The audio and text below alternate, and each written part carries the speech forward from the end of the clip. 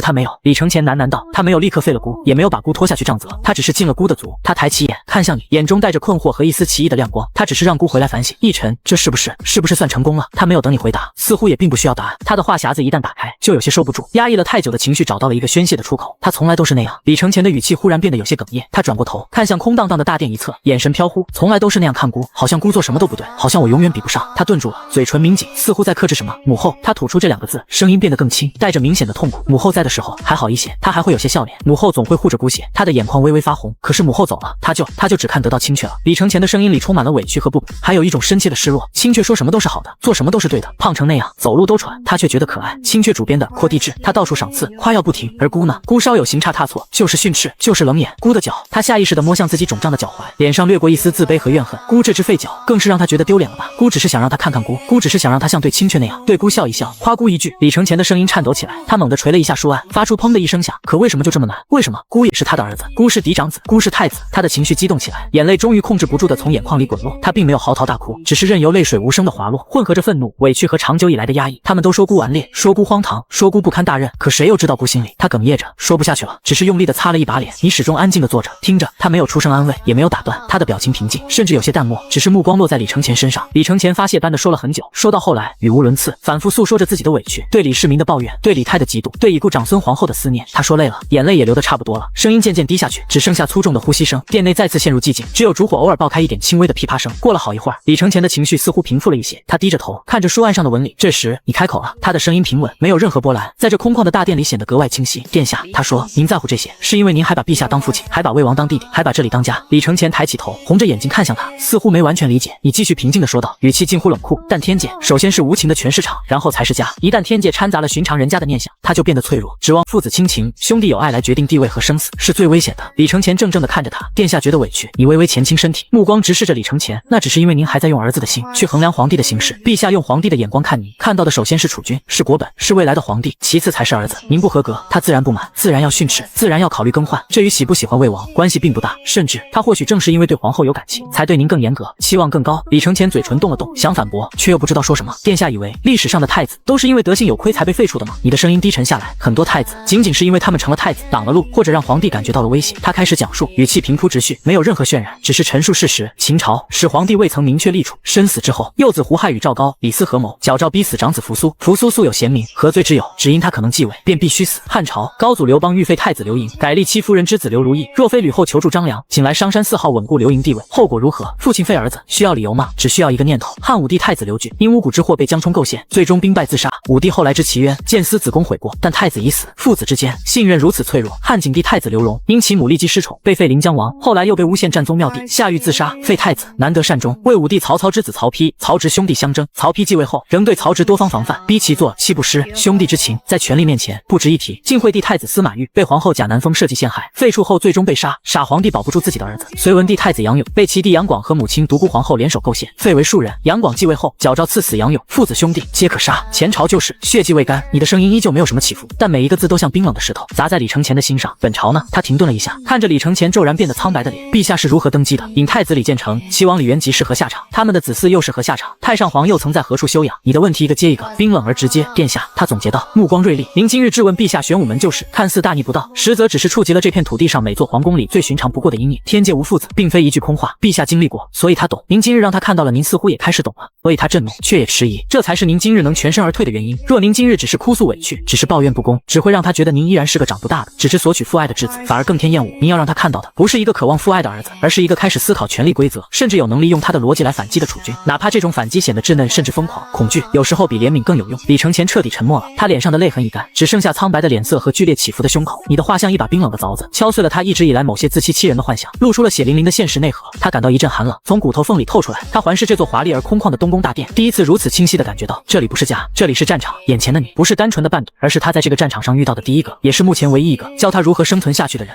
那姑该如何做？李承前的声音干涩，带着一丝不易察觉的依赖。你看着他，殿下今日已开了头，接下来便是稳住，紧闭宫门，谢绝访客，尤其是那些来自陛下或其他王府的关心，安静读书，尤其是史书。陛下若问起，便说您在反省，在读书，在思考储君之道。那父皇若是在召见姑，若召见，殿下便继续今日的策略，不卑不亢，以储君身份自居，只探讨学问，请教治国之道，言辞可以恭敬，但问题可以尖锐，绝不认错，除非陛下明确指出的确实是您行为适当之处，而非思想上的谬误。李承前深吸一口气，重重地点了点头，姑明白了。他看着你，眼神复杂，有恐惧，有醒悟，有依赖，还有一丝刚刚萌芽的对权力的重新认识。一臣，他说，留在姑身边。你微微躬身，臣自当辅佐殿下。殿外的天色渐渐暗沉下来，宦官在殿门外轻声请示是否掌灯。李承前应了一声，殿门被轻轻推开，宦官们低着头鱼贯而入，无声地将殿内的灯烛一一点亮。昏黄的烛光驱散了部分黑暗，却让大殿显得更加幽深和空旷。李承前和你相对而坐，影子被拉长投在墙壁上，随着烛火轻轻晃动。你沉默片刻，再度开口，声音压得更低，殿下，今日之事绝不会就此了结，陛下此刻必定已在追查。李承前刚刚稍缓的神色又紧绷起来，追查？查什么？自然是查今日那番言论究竟出自何人之口。陛下不会相信那是殿下自行悟出的道理。你的语气十分肯定，陛下首先会疑心有人教唆，此刻恐怕已有内侍省的人在东宫内外暗中查探，或传唤今日当值的宫人问话。李承前脸色微变，下意识地看向殿门方向，仿佛能透过门扉看到外面的窥探者。他们能查到吗？若按常理不难查。你道，今日殿内虽无人近前，但臣与殿下交谈并非完全无声。若有心人细细盘问殿外值守或远处势力的宫人，或许能窥得一丝痕迹。李承前的手心有些冒汗，那该如何是好？幸好殿下回宫后立刻下令封锁宫禁，限制了内外交通，此举极为关键，至少能拖延甚至阻隔外部探查的深入。陛下得知东宫骤然紧闭门户，反应如此迅速，心中疑虑只会更深，但一时之间也难以获得确凿消息。你分析道，陛下接下来的动作，臣推测，一是加派人员更严密地监视东宫一举一动，尤其是人员往来；二是继续盘查东宫所有所有属官，是从伴读的背景近况寻找任何可能的线索。3是可能会再次召见殿下，或借由赏赐、训诫之名，派人前来观察试探，试图从殿下言行中找出破绽。李承乾越听越是心惊，脸上血色渐退。父皇他会做到如此地步？你看着他，目光平静无波。殿下，您今日质问的是玄武门，触碰的是陛下皇权根基最敏感、最不容置疑的痛处。陛下首先是皇帝，然后才是父亲。对于可能动摇根本的威胁，再如何谨慎排查都不为过。这并非寻常父子怄气，而是涉及储君、涉及国本、涉及陛下自身权威与历史评价的大事。李承乾正在原地，呼吸微微急促。他直到此刻才更深刻地意识到自己白日里那番求教的真正分量和危险性。那不仅仅是顶撞，那是在摇撼一株参天大树的根基。而他之前竟只沉浸于触怒父亲的兴奋和短暂的胜利感中，一股后知后觉的寒意从脊椎窜上。所以殿下，你郑重道，今后言行务必慎之又慎，所有思考必须源于自学。李承乾用力点头，将这话刻在心里。与此同时，两仪殿内灯火通明，却气氛压抑。李世民并未如李承乾所想那般暴怒不息，他脸上的震怒也褪去，取而代之的是一种深沉的冷峻。他坐在御案后，面前站着内侍省的首领太监，内侍省首领太监乃是王德。王德侍奉李世民多年，谨慎低调，掌管宫内事务，深得信任。查得如何？李世民的声音平稳，听不出喜怒，但熟悉他的人都能感受到那平静下的暗流。王德上前一步，躬身回道：启禀陛下，臣已即刻派人查问东宫今日当值及附近宫人。据回报，张大人离去后，殿内除太子殿下外，仅有数名宦官宫女及3位伴读。彼等皆言只见殿下独自发怒，摔砸器物，随后便起身往两仪殿来。期间并未见与何人长时间密谈。李世民的手指轻轻敲击着重新收拾好的御案，发出规律的轻响，能说出那般引经据典、直戳心扉的诛心之论。东宫近日可有新进人员？尤其是东宫属官中品阶较高的。王德立刻回道：回陛下，东宫属官及侍从人员近期并无大的变动，皆是旧人。臣已初步查过，东宫属官都是身家尚算清白，入宫后亦无异常交往。给朕继续查东宫近日所有人员出入记录，所有属官的详细背景，入宫后的言行交往，一一核查清楚。陛下，王德的声音略显迟疑。太子殿下返回东宫后，已即刻下令封锁东宫宫门，加强戒备，没有殿下手令，任何人不得随意出入。宫内侍从、宫女亦不得擅自与外界传递消息，还加派了亲信侍卫，严密巡查宫墙四周城的人。此刻恐怕难以深入查探，亦不便强行进入，以免李世民敲击桌面的手指蓦然停住。他抬起眼看向王德，眼中闪过一丝清晰的诧异，随即这诧异化为更深的疑虑和审视。封锁东宫，禁止出入，这反应速度，这决断力，完全不像他那个遇事要么暴跳如雷，要么沮丧失落的儿子。那个冲动行事的李承乾，何时有了这等心机和果断？是，命令下达的极为迅速果断。王德确认道。殿内一时寂静，李世民身体向后靠入御座，目光变得幽深。这个儿子突然变得陌生起来，这种陌生不仅仅是因为那些尖锐的让他都一时难以招架的问题，更在于提出问题之后这种迅速而老练的防护措施。这不再是单纯的情绪发泄，这背后有着近乎本能的危机应对和全力自保的意识。这甚至让他感觉到了一丝极淡的但确实存在的威胁，就像一头一直被认为孱弱幼小，只需呵斥便能驯服的野兽，突然不仅露出了尚未长成但已显锋利的爪牙，还懂得立刻退回防御，竖起全身的尖刺防范。是谁？这个想法很冰冷，毫无父子温情可言，但这就是天界，这就是他曾经走过的路。他需要知道李承乾的这种变化是昙花一现，还是真正开始觉醒。若是后者，李世民的目光投向窗外东宫的方向，深沉难测。李世民坐在两仪殿的御案后，殿内烛火通明，他的脸色平静，但手指在御案上缓慢敲击，节奏稳定，目光低垂，落在空处。王德已经离开，去执行他的命令。李世民的心思在转动。李承乾今日的表现异常，那些问题，那种态度，还有迅速封锁东宫的决断，都不像他熟悉的那个儿子。是谁在这么短的时间内就能让太子有如此变化？如果不是新人，难道是东宫旧人之中早已潜伏着心怀叵测之辈，直到今日才发力？或者真是太子自己顿悟？这个念头只是一闪，便被李世民否决。他了解自己的儿子，绝非如此。他必须查清楚东宫之内究竟发生了什么。李世民睁开眼睛，眼神冰冷，他看向殿外，目光似乎穿透宫墙，落在东宫的方向。无论背后是谁，无论承乾是顿悟还是受人点拨，事情的性质已经开始发生变化。他不能再简单的用看待一个不成器儿子的眼光去看待李承乾了，他必须用审视一个储君，甚至一个潜在挑战者的眼光去重新评估他。与此同时，东宫大殿内，李承乾坐在书案后，你坐在他对面。殿内烛火摇曳，光线昏暗，气氛凝重。李承乾脸上的兴奋和激动已经消退，取而代之的是一种紧张的沉稳。他看向你，眼神里带着依赖和询问。奕晨，接下来该如何？李承乾的声音压得很低，父皇必定会查。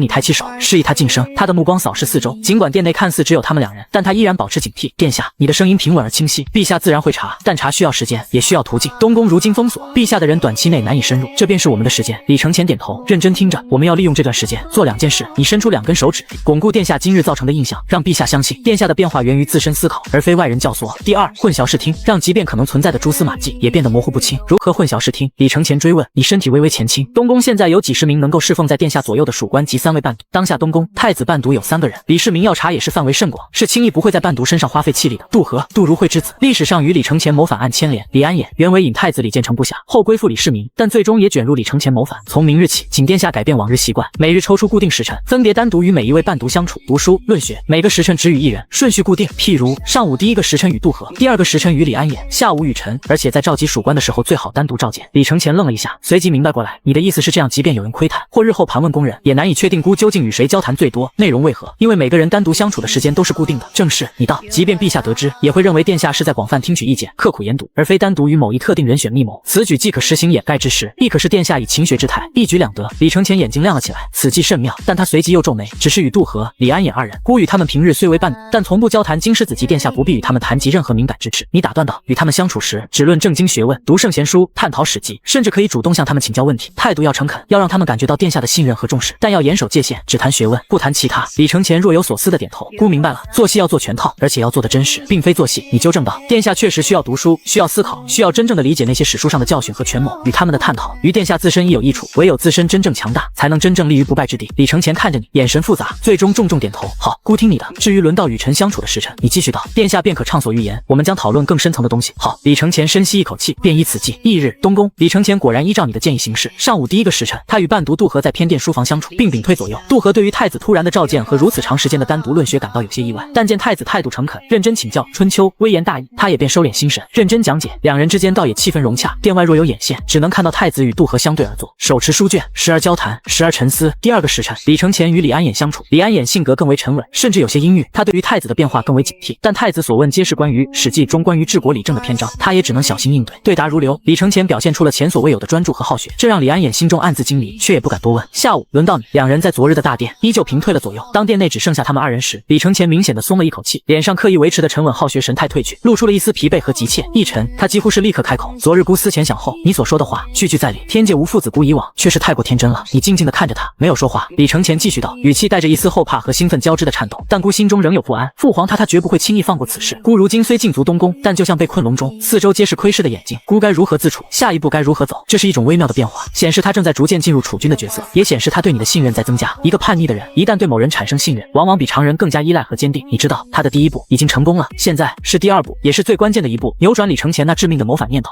你没有直接回答太子的问题，而是反问道，殿下，您读史书，可知历来被废除或死于非命的太子共有几种情形？李承前被问的一怔，想了想答道，或是因为失德，或是因为被奸人构陷，或是如你昨日所言，仅仅是因为成了太子，爱了别人的路。大致不错，你点头，但我们可以分得更细些。第一种，自身昏聩无能，德性有亏，主动犯错，受人以柄，最终被废，例如汉废帝刘贺。第二种，自身并无大过，甚至颇为贤明，但因其母失宠或其外家势力过大，引起皇帝忌惮，从而被废，例如汉景帝太子刘荣。第三种，被兄弟觊觎储位，精心构陷，皇帝偏听天性，或为了平衡势力，将其废除，例如隋文帝太子杨勇。第四种，你顿了顿，目光锐利地看着李承前，也是最危险的一种，那便是太子自身感到威胁，试图主动出击，动用武力逼宫谋反，而最终失败。李承前的呼吸微微一滞，眼神闪烁了一下，没有立刻接话，你仿佛没有注意到他的异常，继续平静地陈述。而第四种情况，纵观史书，成功者寥寥无几，失败者却比比皆是，且失败的下场最为凄惨，不仅自身性命不保，往往累及妻儿、母族、东宫属官，无一幸免。为何？你问，因为动用武力逼宫，是赤裸裸的挑战皇权，是皇帝绝对无法容忍的底线，一旦踏出这一步，便再无转圜余地，不是你死，就是我亡。而太子居于深宫，虽有一定护卫，但比起皇帝掌控的天下兵马，京师禁军无异于以卵击石，除非能一击必中，迅速控制皇帝和中枢，否则只要稍有拖延，外部兵马闻讯而来，顷刻间便是灭顶之灾。你的声音不高，但每一个字都像冰冷的石子投入水中，清晰而沉重。更何况皇帝身边戒备森严，消息能否精准传递，行动能否绝对保密，参与之人能否全然信任，这些皆是变数，任何一个环节出错，满盘皆输。李承前的脸色微微发白，他下意识地避开了你的目光，手指无意识地蜷缩起来。你知道，历史上李承前的谋反计划极其粗糙，他勾结汉王李元昌、驸马都尉杜和、左屯卫中郎将李安衍等人，企图效仿玄武门旧事，结果还未发动便已泄露，一败涂地。现在杜和和李安衍就在东宫，或许此刻李承前心中已经开始有了那危险的念头，或者至少已经被身边的人蛊惑煽动，必须将其扼杀在萌芽中。殿下，你的语气加重了几分，在当今大唐，在陛下掌控之下，欲以武力谋取大位，绝无丝毫胜算。陛下戎马一生，麾下名将如云，长安城防固若金汤，玄武门禁军更是陛下绝对心腹掌控。殿下若行此险招，无异于自寻死路，且会坐实所有对殿下悖逆的指责，再无翻身之日。李承前猛地抬头，嘴唇动了动，似乎想反驳，但最终只是哑声问道，那依你之见，孤难道就只能坐以待毙，眼睁睁看着青雀，看着别人觊觎孤之位？父皇对孤日益不满，孤若不有所行动，岂非仍是死路一条？行动不等于谋反。你断然道，殿下，最高明的策略从来不是主动出击，而是谋定而后动，是准确的预测对方的行动，然后后发先至，是兵来将挡，水来土掩。殿下如今要做的，不是去思考如何扳倒陛下，那是痴人说梦。殿下要思考的是如何做好一个储君，如何让陛下找不到废除你的理由，甚至如何让陛下需要你这个太子，让父皇需要孤。李承前疑惑不解，父皇他巴不得废了孤，那是气话，也是试探。你道，陛下是皇帝，他首先考虑的是大唐江山，储君之位关乎国本，岂能轻易动摇？废长立幼，自古便是取乱之道。陛下雄才大略，岂会不知？他对魏王的宠爱或许有真心，但也未尝不是一种对殿下的鞭策和制衡。陛下真正想要的不是一个完美无缺的儿子，而是一个懂事、可控，不会威胁到他皇权，但又足够在将来继承大统的储君。殿下昨日所为虽然激进，但却歪打正着，让陛下看到了殿下并非完全懵懂无知，也看到了殿下开始思考权力规则，这反而会让陛下产生一丝忌惮，从而更加谨慎地对待你。您，这就是您的机会。李承前听得入神，身体不自觉前倾。机会，没错，你点头。陛下接下来必定会继续试探殿下，观察殿下，他会用各种方法来确认殿下的变化是真是假，来寻找殿下的破绽，甚至可能会故意刺激殿下，引诱殿下犯错。殿下的应对之道便是稳守，以不变应万变，不主动挑衅，不抱怨，不诉苦，不露任何破绽，专心读书，思考治国之道。对待陛下，保持储君的恭敬和距离；对待兄弟，保持长兄的宽厚和警惕；对待臣子，保持未来的君主应有的气度。只要殿下不犯大错，陛下便难以找到废除的借口。而时间拖得越久，朝中支持嫡长继承的大臣们便会越发稳固地站在殿下身后，此消彼长，殿下的位置便会越来越稳。那若是清却步步紧逼，若是父皇强行废立呢？李承前追问，眼中仍有忧色。那便是兵来之时，你目光沉静，届时便需将挡。但挡的方法绝不是动用武力，而是动用规矩，动用礼法，动用朝臣的力量，动用天下舆论的力量。大唐以孝治天下，以礼治国，废长立幼，与礼不合，必将引来众多政见。陛下亦不能不有所顾虑。殿下要做的是让自己站在礼法和规矩的一方，让所有反对废除的人能够理直气壮地为殿下说话。而陛下若强行行事，便要承担违背礼法、动摇国本的历史风险。陛下是明君，他会权衡利弊。李承前沉默了，他低头沉思，消化着你的话。殿内只剩下烛火燃烧的细微噼啪声。过了许久，李承前才缓缓抬起头，眼中的迷茫和焦虑消退了不少，取而代之的是一种清晰的决意。孤明白了，他说道：不主动出击，要谋定而后动，要稳守东宫，不受人以柄，要借助礼法和朝臣的力量来对抗可能的废立。正是你颔首。殿下，您的战场不在沙场，不在玄武门，而在朝堂，在人心，在史书。您要赢得的不是一场兵变，而是一场政治上的博弈。这场博弈需要的是耐心，是智慧，还有克制。李承前重重地吐出一口气，仿佛卸下了千斤重担，也仿佛下定了决心。好，孤便依你之言，稳守等待。他看向你，眼神坚定。义臣，你要助孤，臣自当竭尽全力。你躬身行礼，你心中也松了一口气。这场陪着叛逆的李承前疯一把的战术算是成功了，让你基本得到了李承前的信任，最起码自己说的话李承前会认真听。就在这时，殿外传来宦官小心翼翼的声音：殿下，陛下遣人送来赏赐，并口谕。李承前和你对视一眼，都从对方眼中看到了警惕。来得真快。李承前迅速整理了一下衣袍，对你使了个眼色，你立刻退后，垂手恭立一旁，恢复半读姿态。进来。李承前沉声道。殿门推开，一名宦官捧着锦盒，低头躬身而入，身后跟着2名小黄门。殿下，宦官行礼，陛下赏赐新进贡的虎笔诗馆，徽墨武定，宣旨100张，并口谕闻太子近日潜心向学，朕心甚慰，望持之以恒，不负朕望。李承前看着那赏赐，心中冷笑，父皇这手段，先是雷霆震怒，禁足斥责，随后又送来文具赏赐，加以勉励，打1棒子给1甜枣，既是试探，也是安抚，更是警告。他脸上却不露分毫，反而露出一丝恰到好处的感激和惶恐，起身对着两仪殿方向拱手，儿臣谢父皇赏赐，儿臣定当谨遵父皇教诲，刻苦攻读，反省己身，不负父皇期望。他示意身旁侍从接过赏赐，然后又对那宦官温和道：有劳中官了。宦官连称不敢，偷偷抬眼迅速扫了一下太子和殿内情况，只见太子神色平静，甚至带着些许读书人的疲惫，殿内书卷堆积，并无异常。一旁伴读你也恭敬垂手，并无特别之处。宦官低下头，行礼告退，殿门再次关上。李承前脸上的温和感激瞬间消失，眼神冷了下来。开始了，他低声对你道：你点头，殿下应对得很好，接下来此类试探只会更多，殿下需时刻谨记，稳守好学。孤知道。李承前走到书案前，拿起一支御赐的虎笔，手指微微用力，便让他们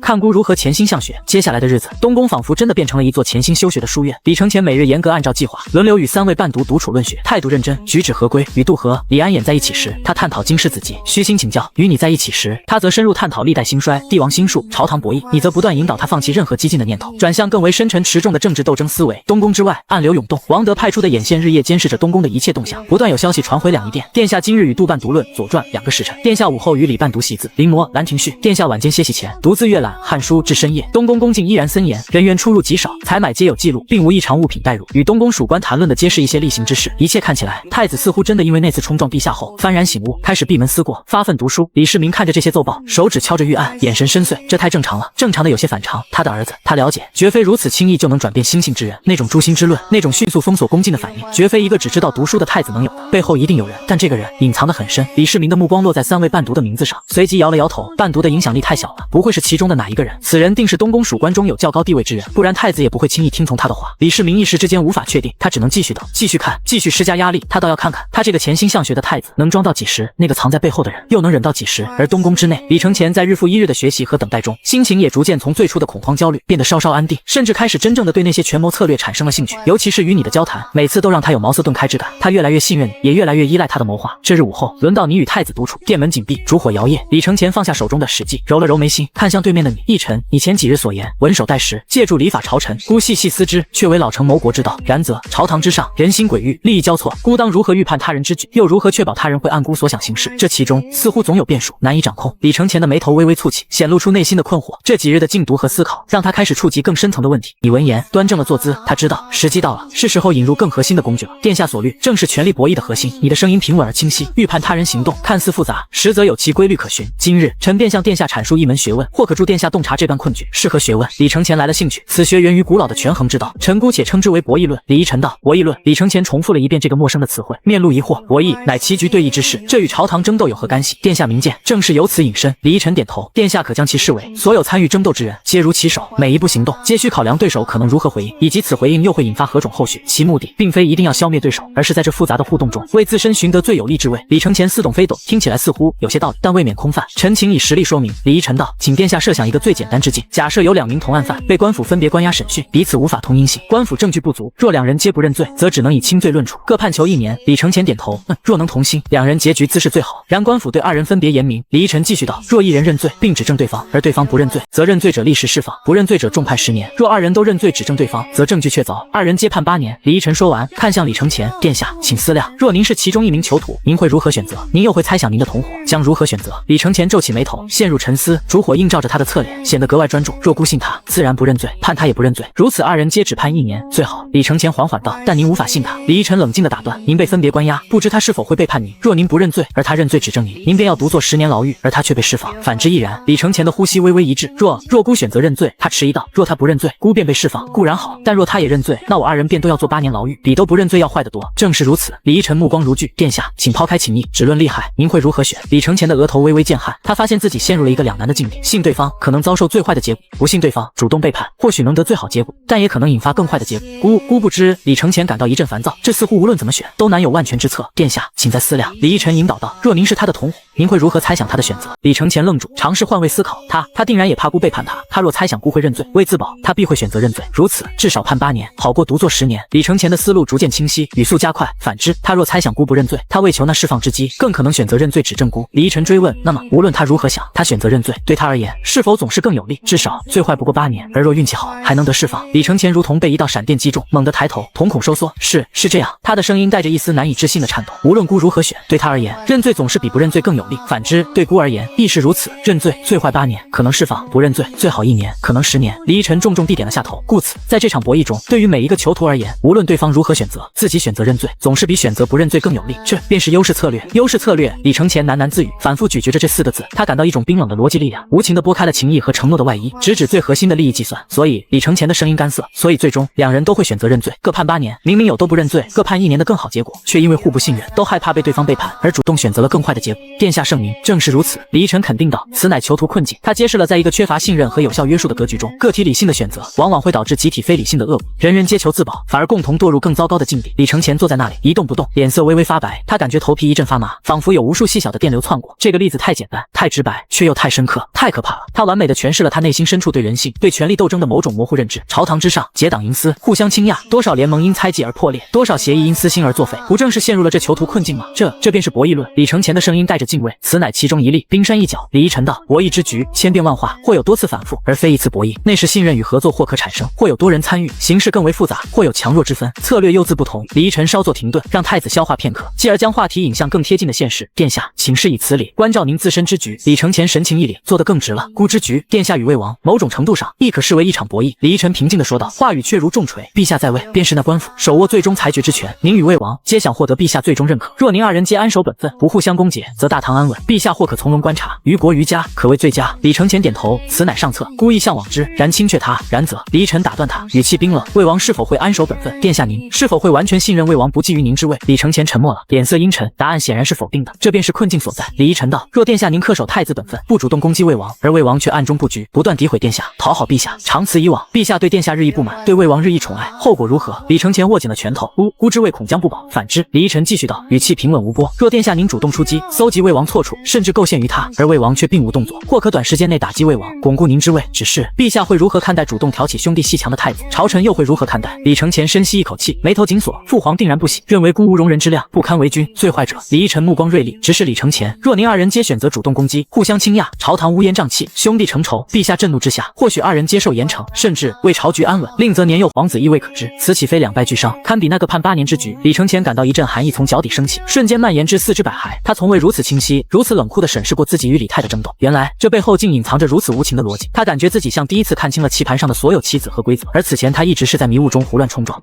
那以此论，孤当如何？难道只能坐视青雀步步紧逼？李承前的声音带着一丝不易察觉的颤抖，混合着焦急和不甘。他下意识地握紧了拳，并不是。李依晨摇头，否定了他的绝望。博弈论并非让人束手就擒，而是教人看清格局，寻找破局之道。囚徒困境之核心在于缺乏信任和沟通，以及一次性的博弈。而在朝堂之上，博弈是反复进行的，且并非完全封闭，此乃关键。李依晨身体微微前倾，声音压低了些，确保只有两人能清晰听见。殿下，您无法控制魏王如何选择，但您可以主导自己的策略，并影响陛下的观感。听闻，李承前眼睛一亮，说道：“细说。首先，殿下必须放弃首先主动构陷攻击的念头，因为一旦开启恶性循环，后果难料。且殿下您作为太子，首先发动攻击，在陛下和朝臣眼中失分更重，此非优势，实为劣势。那孤岂非只能合作，任人宰割？”李承前脱口而出，脸上写满了抗拒。他想象中的破局不该是如此被动。殿下的合作并不是任人宰割。李依晨解释道，语气依旧冷静。殿下的策略应是自身严守礼法，不主动攻击，是天下以宽厚处君之风，此即合作之态。但同时需严密防范魏王之攻击，一旦察觉魏王有构陷、攻讦之举，必须立刻予以有力有据的反击，向陛下和朝臣揭露其行，澄清自身。李承前眼睛一亮，仿佛在迷雾中看到了一线光亮。以合作使，但若遭背叛，必以牙还牙。李承前的声音中有股隐隐的兴奋。是的，并且反击之后，若对方收敛，殿下亦可适时展现宽容，回归合作之态。这就是一报还一报策略。李依晨肯定道，这个策略在反复博弈中，往往能有效抑制对方的背叛意图，因为对方知道背叛必遭报复，而殿下始终持守人不犯我，我不犯人的原则，在道义上便立于不败之地。陛下看在眼中，会认为殿下顾全大局，隐忍宽厚，但并非软弱可欺。而魏王若屡屡生事，却总被殿下有理有据的化解，陛下自然会逐渐看清谁才是那个破坏稳定、觊觎储位之人。朝臣舆论亦会逐渐倾向殿下。李承前只觉得脑中嗡嗡作响，仿佛一扇全新的大门在他眼前轰然打开，各种念头纷至沓来。以往许多模糊不清、纠缠矛盾的处境，此刻竟被这冰冷的逻辑梳理得清晰分明。原来如此，原来不必整日惶惶于对方如何出手，只需定下自己的原则，并让对手清楚知晓触犯原则的代价。这比单纯忍耐或盲目攻击要高明得多，也有效得多。这博弈论竟能将如此复杂的权力斗争分解得如此清晰透彻，妙极！李承前忍不住击节赞叹，脸上因兴奋而泛起红光，之前的阴郁和焦虑被一扫而空。一臣，此论着实惊人，竟似将人心鬼域、朝堂风云皆化于方寸齐平之上，令人豁然开朗。他激动地站起身，右脚踝的疼痛似乎也忘了，在殿内快速踱步，反复思量着囚徒困境和一报还一报的策略。如此说来，孤日前顶撞父皇虽是险招，却也歪打正着，让父皇知晓孤并非只会逆来顺受之辈，亦是某种形式的反击。李承前停下脚步，转头看向李依晨，眼中闪烁着雾的光芒。也可以这么说，李依晨谨慎答道，那可不是反击那么简单，那是一次精心策划的冒险，旨在强行改变博弈的初始态势。幸好成功了，然殿下需谨记，对陛下策略又自不同，陛下是裁决者，亦是绝对强者。对陛下，殿下之主策略当是合作与顺从，偶有的反击或质疑，必须如日前一般，包裹在求教解惑的外衣之下，且要精准克制，绝不可滥用。李依晨强调道，他知道挑战皇权的底线在哪里，一次成功的试探不代表次次都能成功。孤明白，孤明白。李承前连连点头，此刻他对李依晨已是心悦诚服，甚至产生了一种近乎依赖的信赖。他坐回案前，身体前倾，目光灼灼地盯着李依晨。博弈论，天下之争，竟可如此剖析。依晨，你究竟从何处学得这等学问？他忍不住再次追问。李依晨微微垂目，掩去眼底一闪而过的意色。这个问题无法真实回答，他只能沿用之前的说法。臣早年偶得一人传授些许皮毛，近日观殿下困局，苦思冥想，方觉此论或可一用，能于殿下有所注意。臣幸甚。他内心提醒自己，日后需更注意这些超越时代的知识，必须找到合理的解释，至少不能引起太大疑心。李承前深深地看着李依晨，眼中充满了庆幸和依赖。他知道自己得到的是一个无以伦比的瑰宝，或许是母后在天之灵庇佑，才将此人送到他身边，继续教孤。李承前迫切地说道，手指无意识地敲着书案。这博弈论还有何等精妙之处？多人博弈又如何？强弱之势又如何？李依晨迎着他迫切的目光，缓缓点头。他知道必须趁热打铁，将这些思维模式更深地植入李承前的脑中，才能尽可能扭转他那危险的命运轨迹。殿下既有心相学，臣自当知无不言。李依晨整理了一下思绪，开口道，接下来请殿下设想，若朝中不止殿下与魏王两位皇子，或有他人亦有心于此，又或者朝中大臣各有所拥，形成派系，这多方博弈策略又当如何调整？李承前听得更加认真，身体坐得笔直，全神贯注。其中关键在于识别谁是真正的对手，谁是可以争取的盟友，而联盟往往并不稳固。李依晨刚开了个头，李承前便忍不住插话，盟友就如汉王或是侯君集他们。他提到这两个名字时，语气有些微妙，似乎带着一丝下意识的考量。李依晨内心一凛，来了，历史上李承前谋反的核心人物就是汉王李元昌和侯君集，必须极其小心地处理这个话题，既不能直接否定引发太子疑心，更不能鼓励这种危险的结盟。殿下，联盟是博弈中的重要手段，但选择盟友需极其谨慎。李依晨语气凝重，需考量几个要素：其盟友与殿下目标是否一致，是真心辅佐殿下，还是另有所图；其二，盟友的实力与价值几何，是能提供助力，还是反而会拖累殿下；其三，也是最关键的，与此人联盟，是会让陛下对殿下更放心，还是更忌惮。李承前若有所思，汉王乃父皇庶弟，平日与孤较为亲近，常对孤抱怨父皇待其刻薄。侯君集刚立灭高昌之大功，却因私吞财宝遭父皇申斥，心中亦有愿望。他像是在分析，又像是在自言自语。李依晨内心快速思索，他不能直接说此二人包藏祸心，将来会害死你。他只能从博弈策略的角度分析。殿下，请示以博弈论思之，与此二人结盟，于殿下而言是优势策略吗？李承乾抬起眼，示意他说下去。汉王，宗室亲王，殿下与亲王过往甚密，陛下会如何想？是否会疑心殿下结交宗室，欲行不轨？此乃陛下大计。侯君集武将虽有战功，然贪暴之名已显，且刚遭陛下训斥。殿下与此等失意武将结盟，是天下已宽仁，还是陛下已结党营私，甚至勾结愿望之将？李依晨的话像冷水一样浇在李承乾心头，让他刚刚升起的一点念头迅速冷却。再者，李依晨继续加码，与此二人结盟，他们能给予殿下什么？汉王无权无兵，唯有宗室名号，或可摇唇鼓舌；侯君集或有旧部，然京师兵马岂是他能调动？陛下对军权掌控极严，他们能给予殿下的助力有限，但可能带来的风险，引起陛下警惕和厌恶，却是巨大且致命的。殿下，这划算吗？李承乾沉默了，手指无意识地在岸上滑动。他不得不承认，李依晨的分析切中要害，与这两人捆绑，看似多了盟友，实则可能提前暴露目标，引来父皇的致命打击。这确实不是好策略。那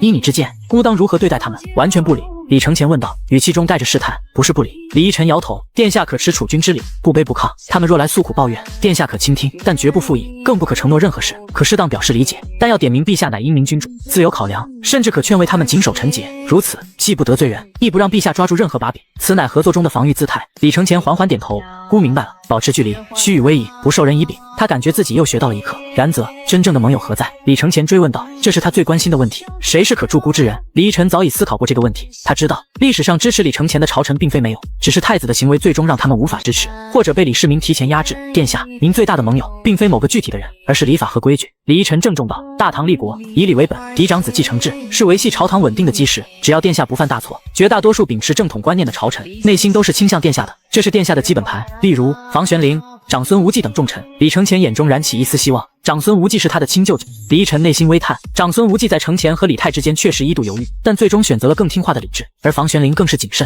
他不能给太子不切实际的幻想。殿下，众臣之心难以简单论之，他们首要效忠的是陛下，然后是大唐江山，他们支持的是能稳定江山、符合礼法的储君。李依晨选择了一个更稳妥的说法，故而殿下要争取他们，不是靠私下结交许诺，那反而会让他们警惕，而是靠展现出符合礼法、沉稳持重、堪当大任的储君风范，让他们相信支持殿下就是支持大唐的稳定和未来，让他们相信。李承乾喃喃道，似乎抓住了什么。正是。李依晨肯定道，这是一种更宏观的博弈。殿下要让朝臣们看到，支持您风险最小，收益最大，而支持改立他人则风险巨大，可能引发朝争国乱。当绝大多数朝臣都形成此共识时，即便是陛下也要慎重考虑费力之事。李承乾只觉得眼前又是一亮，原来还可以这样，不是去苦苦哀求某个大臣的支持，而是通过自身行为去影响整个朝臣群体的判断和倾向。那姑具体该怎么做？李承乾急切地问。近日殿下所为便是第一步，闭门读书，修身养性，此乃合作信号，是天下已安分守己。李依晨道。下一步，若有机会，殿下可在陛下问政时发表一些合乎礼法、顾全大局的见解，或在某些无关紧要的小事上展现仁德。例如，若遇灾荒，可主动请求削减东宫用度，以示与民同苦。此举成本低，但传达的信息却很强。此外，李依晨补充道，对待东宫属官乃至普通工人，殿下需格外注意言行，宽严相济，以示仁德。这些人的口碑，久而久之亦会传入朝堂，影响舆论。李承乾认真听着，不断点头，努力将每一个字记在心里。他感觉李依晨就像一位高明的工匠，正在一点点地重塑他，将他从一块顽铁锻造成一件合格的器皿。那若是卿却主动挑衅，孤又该如何一报还一报？李承乾又问。他对这个策略格外感兴趣。殿下需建立自己的信息渠道。李依晨道，无需是阴谋，只需能及时知晓魏王及其党羽的动向言论即可。若魏王只是在陛下面前讨好卖乖，殿下不必理会，那是他的策略。但若他散布不利于殿下的谣言，或试图在具体事务上构陷殿下，李依晨目光微冷，这不是当务之急。建立情报网络需要时间，这个等臣思考几日，再给殿下回禀。李承乾眼中闪过金光，他现在对于李依晨是高度的信任，当下殿下则需立刻行动，或通过可靠途径向陛下澄清，或在合适的场合有理有据的自辩，甚至可反向指出魏王行为不当，破坏兄弟和睦。反击必须迅速、准确、有力，但切忌对事不对人，始终站在维护礼法、维护朝廷和睦的道德高地上。一次如此，两次如此，陛下和朝臣自会心中有数。李承乾听得心潮澎湃，仿佛已经看到了自己运用策略，一次次化解李泰公事的场景。他不再是那个只能被动承受怒火和压力的废物太子了。义臣，若非你，孤至今仍在迷雾中挣扎，恐已行差踏错。李承乾感慨道，语气中充满了真诚的感激。李依晨微微躬身，此臣之本分，若我不来，你确实已经踏上了最错的那条路，希望现在还来得及。就在这时，殿外隐约传来一些喧哗声，似乎发生了什么事。李承乾和李依晨立刻停止了交谈，警惕地看向殿门方向。何事喧哗？李承乾提高声音问道，语气恢复了太子的威严。一名宦官慌忙在殿门外回道，启禀殿下，是魏王府的人送来一些书卷，说是魏王殿下主编的扩地志新城书卷，特送来请太子殿下阅览品评，侍卫依令阻拦检查，故有些许动静。李太送扩地志来。李承乾的脸色瞬间阴沉下来，这分明是炫耀，是挑衅。扩地志是父皇大力支持李泰负责主编的大型地理之书，父皇多次夸奖，如今成书部分不先送入宫中，反而先送来东宫给他品评。李依晨立刻看向李承前，微微摇头，眼神示意他冷静。李承前看到李依晨的眼神，深吸一口气，压下了心头的怒火和嫉妒。他明白了，考验来了，这就是博弈的开始。他沉吟片刻，朗声道：“既是魏王好意，收下便是。待孤多谢魏王，就说孤正在闭门思过，潜心读圣贤书，地理杂学，暂且无暇细览。待日后得空，再慢慢拜读。”原话转达，不得有误。门外的宦官应了一声是，脚步声远去。李承前看向李依晨，嘴角露出一丝冷笑。依晨，孤如此回应，可算合作中的防御。李依晨点了点头，殿下应对得宜，收下，事以礼节。强调读圣贤书和闭门思过，呼应陛下要求，言暂且无暇，既委婉拒绝立刻品评，也未彻底拒绝，留有余地，此乃稳妥之举。李承前松了口气，同时感到一种奇异的成就感。这是他第一次有意识地运用策略应对李泰的挑衅，而且似乎效果不错。看来这博弈论果真有用。李承前低声道，眼中闪烁着新的光芒。然切记，策略是死的，人心是活的。李依晨提醒道，需灵活运用，随时根据对方动向调整，且最终自身实力才是根本。殿下仍需刻苦攻读，真正增长见识和才干，否则空有策略而无实学，终是镜花水月。孤知道。李承前郑重应道，从明日起，孤会更用心读书，不只是圣贤书，还有史书、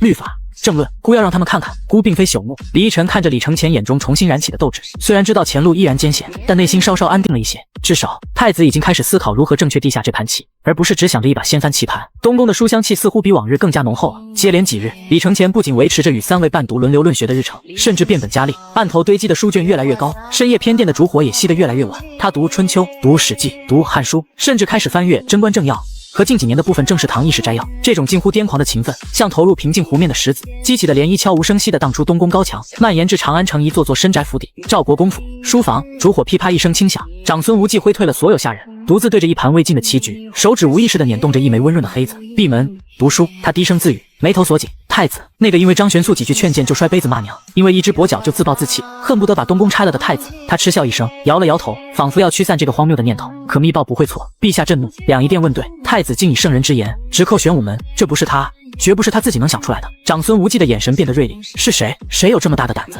又这般诛心？他闭上眼睛，喃喃自语，问得好啊，句句都在理，句句都戳在陛下的痛处，用陛下的刀去砍陛下的盾。他喃喃着，语气里听不出是赞叹还是恐惧，可这是寻死之道，陛下是何等人物，岂会受此胁迫？脑海里浮现出妹妹长孙皇后的面容，随即又是李承前那张时而倔强时而阴郁的脸。蠢货，即便有人教你，这般锋芒毕露，是怕自己死得不够快吗？他心中暗骂，一股恨铁不成钢的烦躁涌起。他是国舅，是嫡长子最天然的维护者，但他维护的是能坐稳江山，能让他和整个关陇集团继续荣华富贵的太子，不是一个自作聪明、疯狂挑战底线的疯子。读书，哼，他冷笑，读的是圣贤书还是屠龙术？他必须弄清楚东宫里到底藏了条什么毒蛇。在这之前，他绝不能轻易表态，沉默才是最好的盾牌。梁国公府夜，房玄龄披着外袍，听着老管家的低声回报，内容无非是东宫近日依旧安静，太子读书不辍云云。老管家退下后，房玄龄并未起身，只是就着昏黄的灯火，看着跳跃的火苗出神。舜帝必害全效。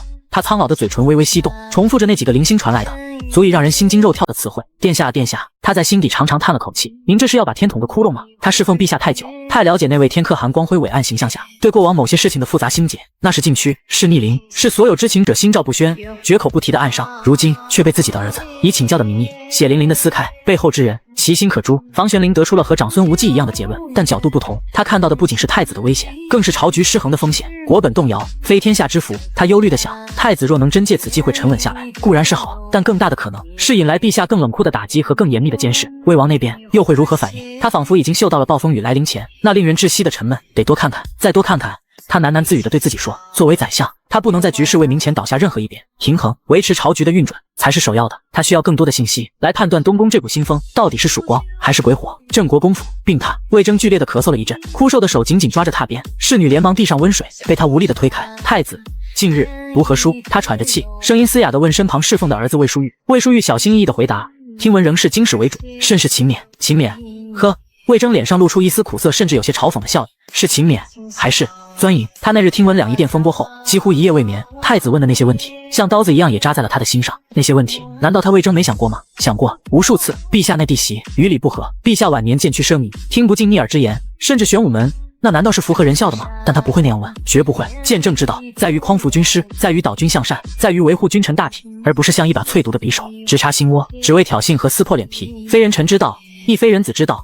他浑浊的眼中透出失望和痛心。读圣贤书，所学何事？岂是为逞口舌之力，行诛心之事？他感到一种深深的无力。太子似乎走上了一条极端的路，而这条路的尽头，他几乎可以预见陛下会如何想。他望着窗外沉沉的夜色，仿佛能看见那座至高无上的宫殿。陛下不会喜欢一个学会了用道理来武装自己叛逆的儿子。陛下需要的是顺从，是敬畏，哪怕那顺从和敬畏之下有些许不满，也好过一个学会了思考如何反击的储君。祸兮福之所以，福兮祸之所伏。魏征喃喃念着老子的话，剧烈的咳嗽起来，心中一片悲凉。他觉得太子这突如其来的好选，恐怕并非是大唐之福。两仪殿、侧殿，李世民平退了左右，只留下心腹内侍王德，说：“皇帝的声音听不出情绪。”王德低着头，声音压得极低：“陛下，东宫依旧。太子殿下每日晨时即起，诵书习字，与杜伴读论春秋，与李伴读习书法，与李依晨探讨史记，与东宫属官皆是谈论例行之事。”李世民仔细问了几个人的情况。李依晨，李世民的手指在扶手上轻轻一点，他的底细查清了。回陛下，李依晨，陇西李氏旁支，家道中落，父辈并无显宦。3年前经考核入选东宫伴读，平日沉默寡言，并无劣迹，亦无特殊交往。此次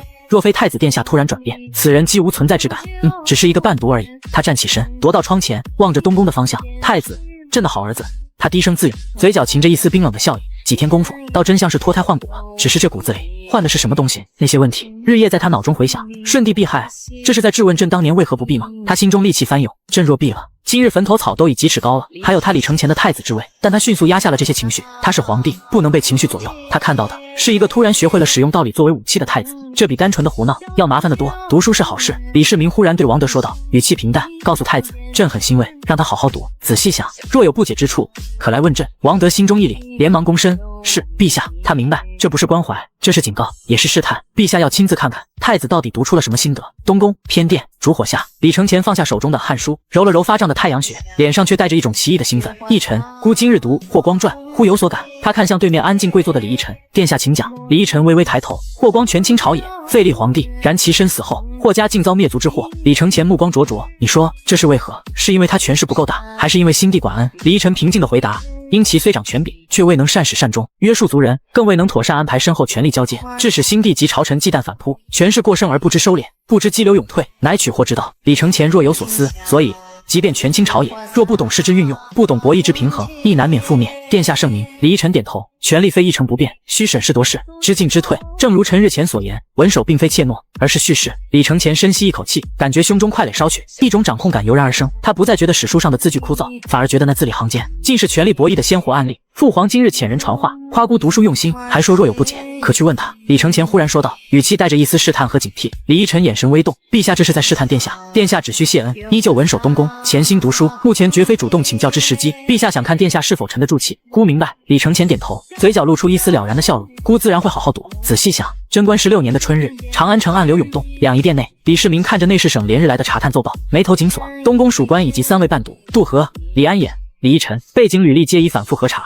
尤其重点排查了近日与太子接触频繁之人。然而回禀的结果却令李世民感到困惑。杜和身为已故宰相杜如晦之子，身份尊贵，其家族与皇室关系复杂，查得其近来或因官职升迁不如意，酒后曾有些许怨言，但多是针对朝廷权选，并未查到其有教唆太子悖逆之言行的证据。李安衍原引太子李建成旧部，后归附，虽得任用，然其出身始终是一道阴影。查探发现，此人性格阴郁，平日与同僚交往甚少，偶有流露对当下职位的不满，怀念昔日战场之功，但同样无明确指向其蛊惑储君的实证。查遍了所有东宫官员，其他人都没有发现异常。李依晨家世背景最为简单清白，陇西李氏远支，父祖皆无显宦，近乎寒门，入宫3载。记录上显示其才学中等，性情沉静，甚至可说是默默无闻。在所有查访的宫人、属官口中，此人平日除了履行伴读职责，几无多余交际，更无任何愿望之词或出格之论。调查陷入了僵局，似乎太子的转变真是其自身幡然醒悟，或是那日的诛心之论只是其长期压抑下的一次偶然爆发。但这结论与李世民对儿子的了解截然相反，他绝不相信帝王心术讲究平衡与掌控，既疑东宫属官有煽风点火之嫌，无论能否确定是谁，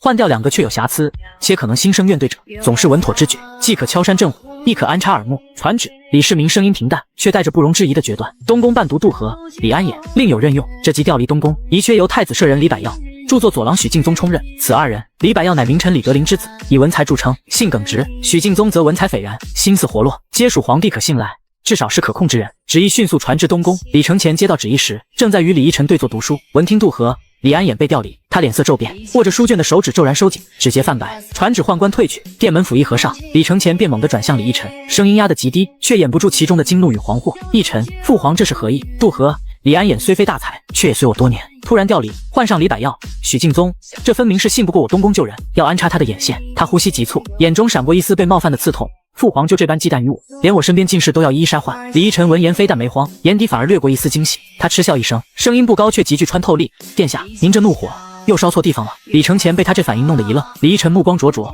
语速快而清晰，带着一种撕破伪装的锐利：“陛下忌惮，陛下当然忌惮。他忌惮的不是杜和，也不是李安野那深洗不掉的尹太子旧皮，他忌惮的是您，是东宫。他这把刀落下来，砍掉2个您觉得还算顺手的旧人，您就疼了，就觉得被冒犯了。”李依晨嘴角勾起一抹冷冽的弧度：“殿下，陛下这是亲手把2块迟早要烂掉，会炸伤您手的腐肉给剜了，您不该谢他吗？”李承前瞳孔微缩，下意识反驳：“可他们是什么？”李依晨打断他，言辞愈发锋利：“杜和仗着父姻上了公主，就真当自己是棵葱了。愿望之言，出口便是取死之道。李安野前朝余孽，身上刻着反贼2字，此2人留在东宫，是等着哪天被陛下拿来当刀子捅穿您的心窝吗？如今陛下亲自替您清了这雷，您不暗叫一声痛快，反倒心疼起这2块废料来了。”李百药、许敬宗是眼线没错，可眼线怎么了？陛下要看，就让他看个够，让他看看他的太子如何秉烛夜读，如何沉稳静谧，让他派来的耳朵只能听到对您有利的证词，让陛下安插的人反过来成为您贤德明理的传声筒，这买卖亏吗？殿下，李依晨最终压低了声音，却字字砸在李承前心上：“别忘了咱们在玩什么局，陛下出招，您就得接住，还得把招数里的杀机变成您的生机。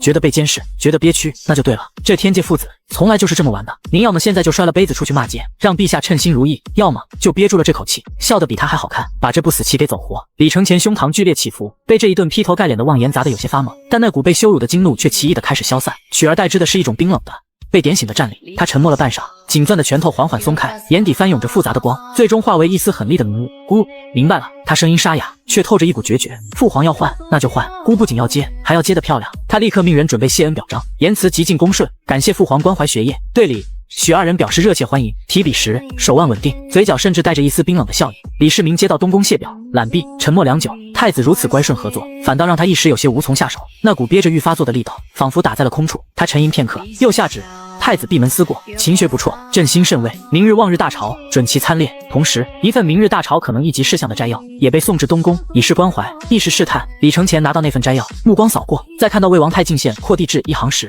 脸色瞬间阴沉，五指下意识的攥紧，几乎将指尖揉碎。那股对李泰深入骨髓的厌恶与嫉妒再次翻涌而上。扩地制，又是扩地制！他从牙缝里挤出声音，胸膛剧烈起伏。广招学士，门庭若市，耗费钱粮无数，如今更是要将此书献于朝堂，天下人只知魏王博学，礼贤下士，可知我这太子，他这是要踩着我扬名立万。父皇竟也由得他如此张扬。